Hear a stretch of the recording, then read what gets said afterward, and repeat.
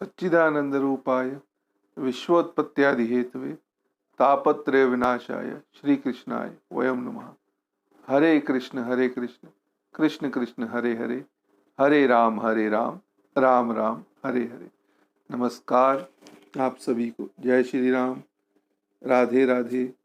आज शुभ एकादशी का व्रत, चैत्र शुक्ल पक्ष की एकादशी।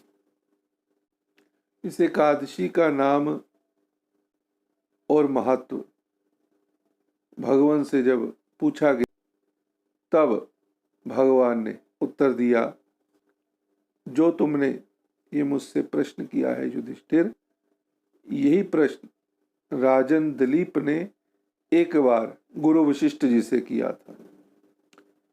तो गुरु वशिष्ठ जी ने उत्तर दिया, रत्नापुर नगर था, वहां पर पुंडरीक नाम का एक राजा था।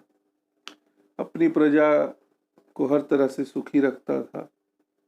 हर तरह के वहां पर लोग भी थे, गंधर्व, किन्नर, ब्राह्मण, वैश्य, शूद्र, सब तरह के लोग वहां पर रहते थे।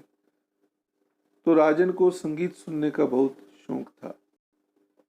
वहां पर ललिता और ललित, ये दो स्त्री पुरुष भी वहां पर गायन करते थे।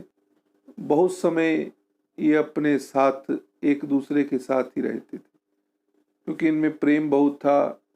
अगर एक अलग हो जाता तो दूसरे का मन ही नहीं लगता, इतना दोनों में आपस में प्रेम था। तो एक बार राजा के यहाँ गान चल रहा था, और जब गान चल रहा था तो उस समय जो ललित था उसने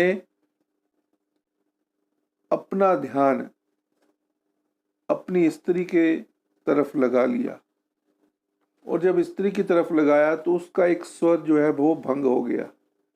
जब स्वर भंग हो गया तो वहां पर राजा के एक मंत्री ने जाकर के राजा को बताया कि इसका एक स्वर भंग हो गया है। राजा क्रोध में आया कि तुम इस समय पर भी, अपने काम के समय पर, संगीत के समय पर अपना ध्यान तुम अपनी स्त्री की तरफ लगाते हो, इसलिए मैं तुम्हें श्राप देता हूं, तुम मांस भक्षण इत्यादि भोजन करते रहो, राक्षस योनि में चले जाओ। अब जब इतना राजन ने श्राप दिया तो मैं दुखी हुआ, राजन से प्रार्थना की, लेकिन जो शब्द निकल गया वो अब वापिस नहीं आ सकता।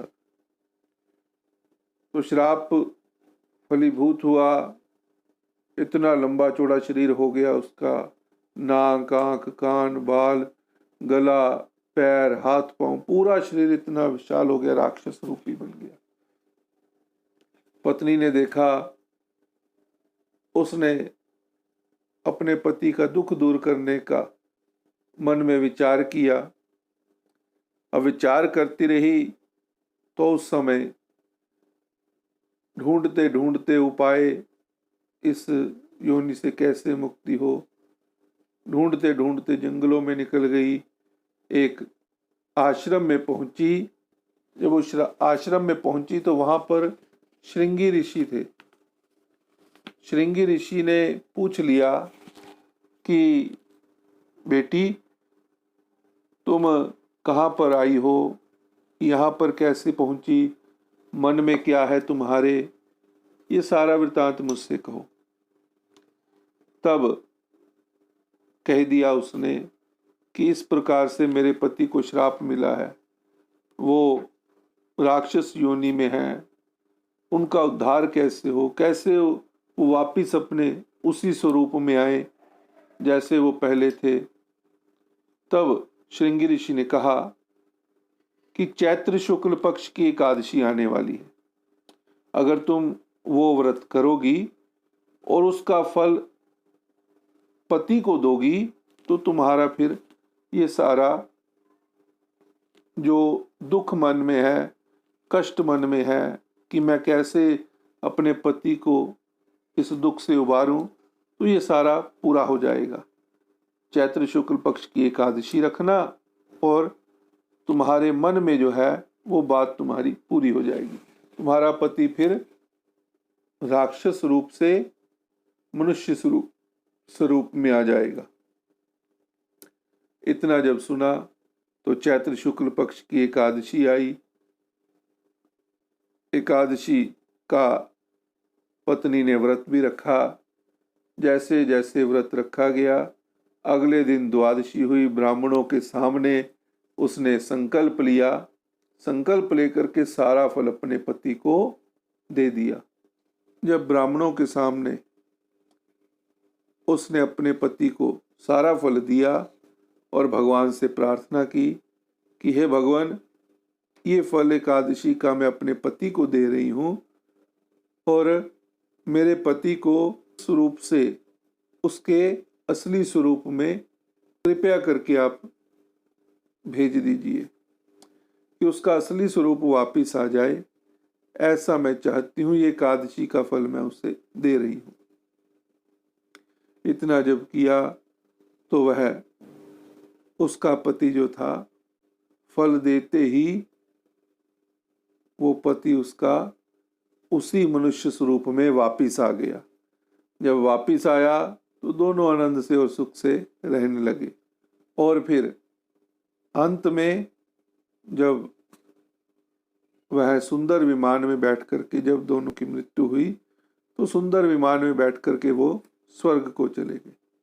गुरु वशिष्ठ जी ने इधर राजा दिलीप से कहा, इस एकादशी का व्रत जो रखता है उसकी सब मनोकामनाएं पूरी होती हैं और उसके समस्त पापों का भी नाश हो जाता है और राक्षस योनि से छूट करके वो संसार के बराबर और कोई भी दूसरा उसके समान नहीं हो पाता। इस कथा को पढ़ने वाला, सुनने वाला वाजपेयी यज्ञों का उसे भी फल प्राप्त होता है। हे राजन, ये इस एकादशी का मैंने तुम्हें फल बतला दिया।